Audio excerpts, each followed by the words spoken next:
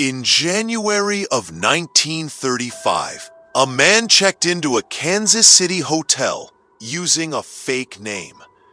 Less than 48 hours later, he was found brutally beaten and stabbed inside his hotel room.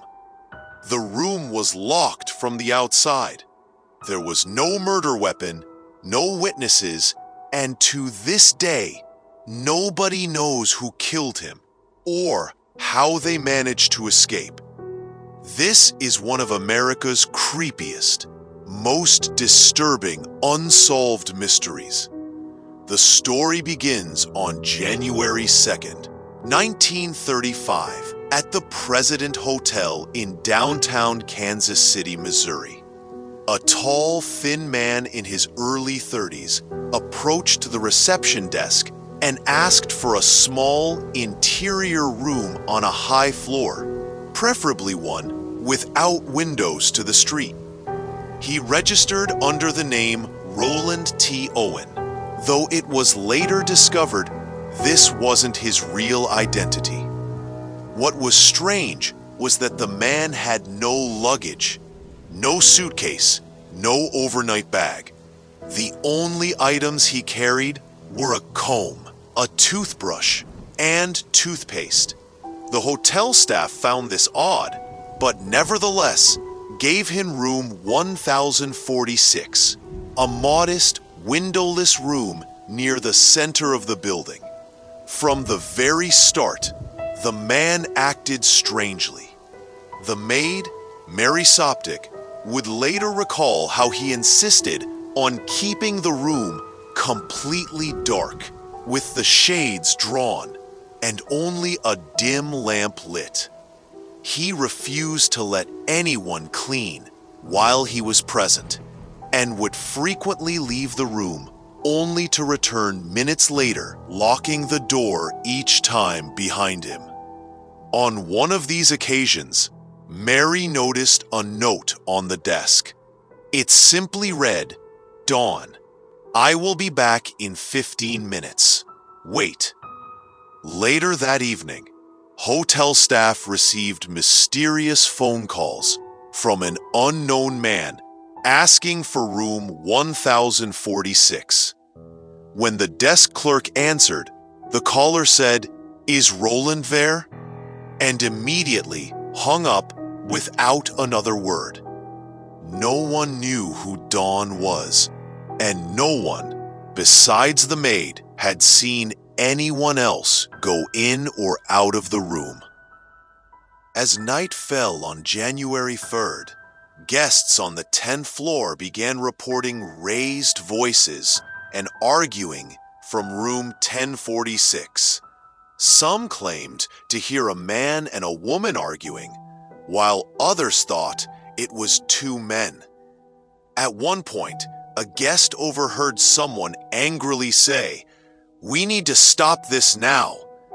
Later that night, the hotel's switchboard noticed the phone in room 1046 had been left off the hook for hours, so a bellboy was sent to check.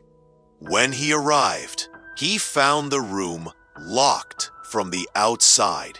He knocked, and a faint voice inside responded, "Come in." But since the door was locked, the bellboy asked him to hang up the phone and left. Hours later, the phone was still off the hook. By 7 a.m. on January 4th, another bellboy was sent to check again. When he unlocked the room with a master key, what he found was horrifying. Inside, the room was in complete darkness. Roland T. Owen was lying naked on the bed, barely conscious, covered in blood. His head had been bashed in with a blunt object. His chest had multiple stab wounds. His wrists and neck had ligature marks, suggesting he had been tied up with cords or rope. A trail of blood led from the bed to the bathroom, and there was no weapon anywhere in the room. Strangest of all, the door was still locked From the outside, an ambulance rushed him to the hospital, where he barely clung to life. Before he slipped into unconsciousness for the final time, a detective asked him, "Who did this to you?" Roland T. Owen opened his eyes and whispered just one word: "Nobody." He died shortly after. When police investigated, they discovered something chilling. The name Roland T. Owen was fake. No one matching his description was reported missing. His fingerprints weren't on file. No relatives came forward. It was as though the man never existed. A few weeks later, an anonymous person sent money to the funeral home for a small burial and a flower arrangement. Attached was a card that read, "Love forever, Louise." Even stranger, an anonymous caller phoned the funeral home and demanded the funeral be delayed, claiming he was involved in a love triangle and paid the price. Police never identified the mysterious Don or who Louise was. They never recovered the murder weapon. They never discovered how the killer escaped a locked hotel room without anyone seeing them. Speculation ranged from a mob hit to a love triangle gone wrong to a staged suicide. But no evidence supported any of them. Even decades later, despite renewed investigations in the 1940s and 1950s, the case remains officially unsolved. To this day, no one knows who Roland T. Owen really was. No one knows who killed him. And no one knows how a man was murdered inside a locked room with no weapon and no escape.